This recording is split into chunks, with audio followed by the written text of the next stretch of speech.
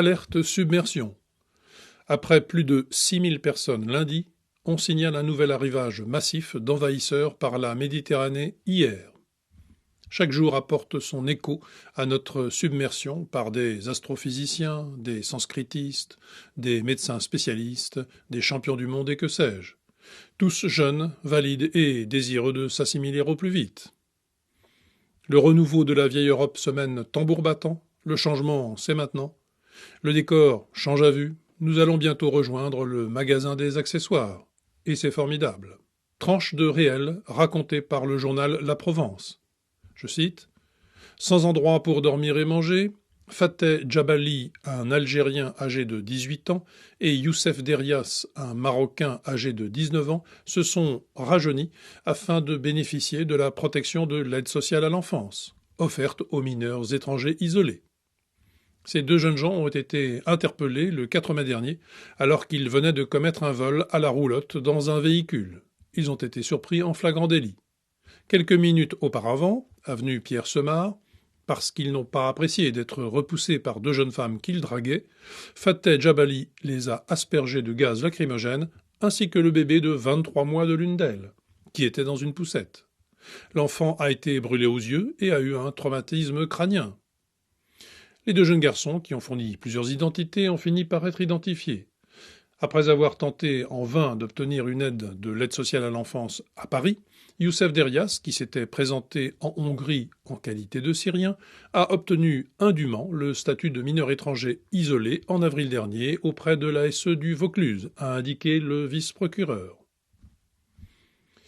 Sans commentaire. Valenciennes met en place une police des mariages, nous apprend Le Point.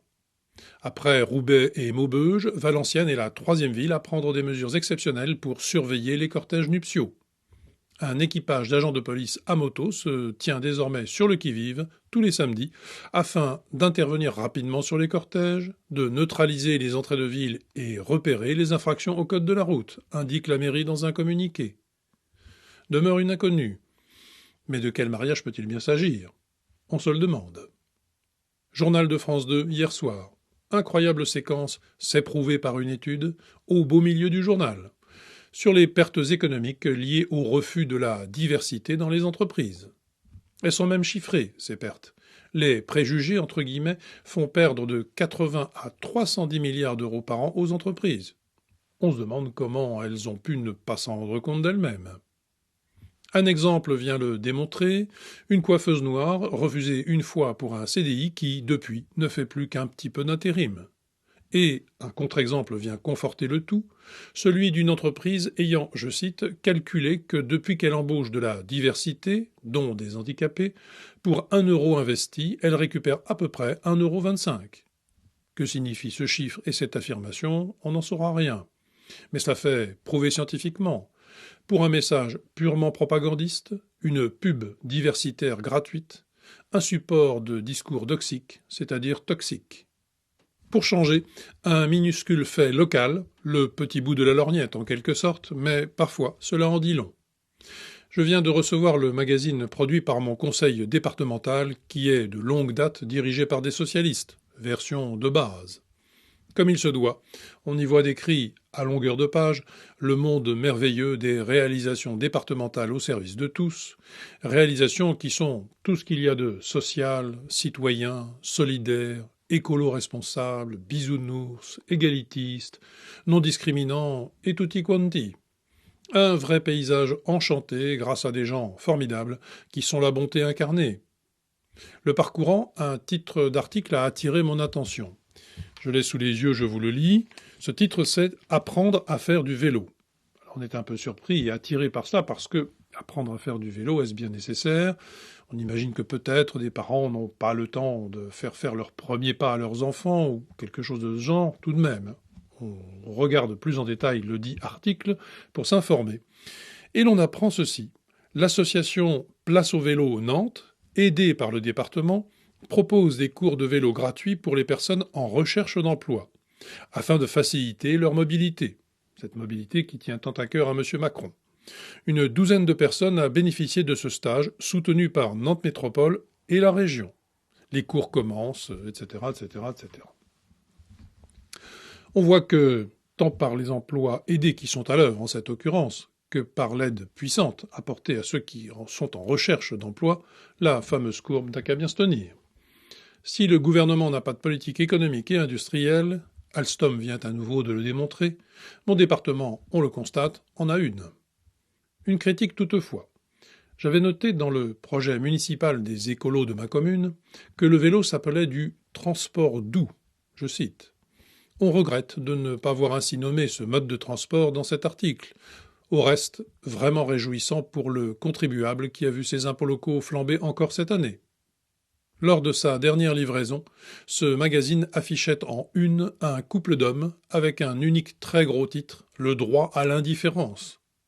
Un tel droit, clamé urbi et orbi, hurlé dans le mégaphone, et qui fait suite à celui pareillement exigé à la différence, c'est, plus qu'une contradiction, la mise en évidence de ce qui cloche dans tout ce ramdam des minoritaires de tout poil, ramdam qu'encourage le libéralisme idéologique, masque de ceux qui veulent que disparaisse toute société et toute humanité constituée au profit de la seule dépendance technico-marchande et de la soumission aux manipulations du spectacle, avec l'aide de crypto-marxistes qui, n'ayant pu changer les rapports sociaux, veulent maintenant changer les rapports humains, et qui ont recyclé leur messianisme du côté du transhumanisme.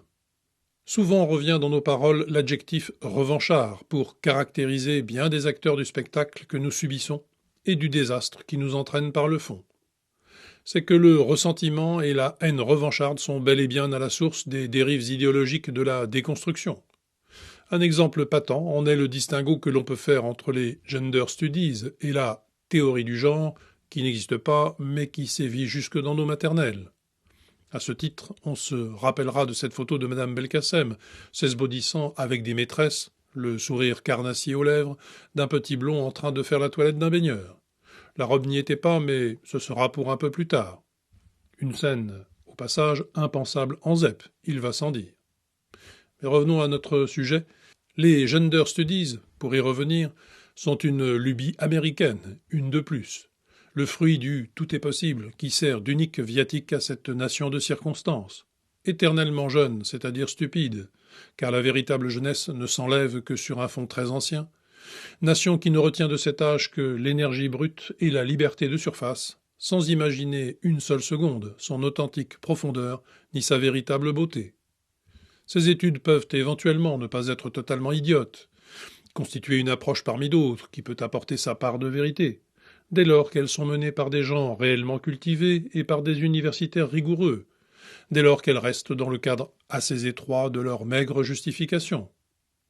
Mais que des pauvres types s'en saisissent pour couvrir leur misère personnelle, leur revendication existentielle de loser de la vie, en fassent une théorie, et sombrent grossièrement dans l'idéologie et l'agitation militante est une toute autre chose. Et que cette agitation soit favorisée et promue par le système, à travers un phénomène de mode, pour ses propres fins délétères, c'est une troisième chose. La revanche des minorités vient désormais non pas de ce qu'elles ont pu subir en tant que telles. Pour avoir été bien réelles par le passé, cela n'est plus qu'un faux prétexte aujourd'hui, et leur guerre se prolonge bien au-delà de ces vexations ou rejets, mais provient de ce que, au fond du fond, elles en veulent à la majorité de n'en être pas, de cette majorité. Majorité qui n'en peut mais, bien entendu, mais à qui on le reprochera d'autant plus viscéralement. Elles ne supportent pas l'existence même de cette majorité, qui les renvoie à leurs particularités pourtant hautement revendiquées. C'est qu'ils subissent cruellement cette dernière, en vérité, et cela d'eux-mêmes, indépendamment du fameux regard des autres, qui n'a d'importance que pour qui ne se tient pas de lui-même. Précisons que nous parlons ici des excités jusqu'aux boutistes du délire moderniste, et seulement de ceux-là, qui tiennent le devant de la scène.